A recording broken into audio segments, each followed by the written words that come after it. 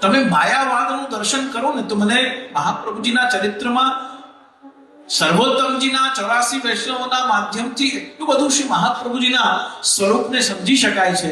જે લોકોએ 84 વૈષ્ણવોનું વાર્તાનું વાંચન કર્યું છે, શ્રી મહાપ્રભુજીનું આધિદૈવિક સ્વરૂપ એ સાક્ષાત ભગવદ રૂપ છે, કૃષ્ણાકૃતિ છે.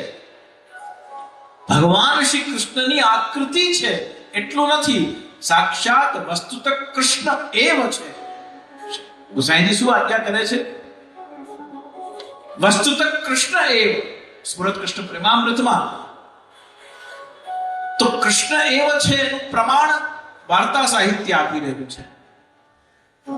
જ્વર આવ્યું, તાવ આવ્યું, વૈદ્ય ઔષધિ આપી, અગ્નિમાં પધરાવી દીધી અને એમનો તાવ ઉતરી ગયો.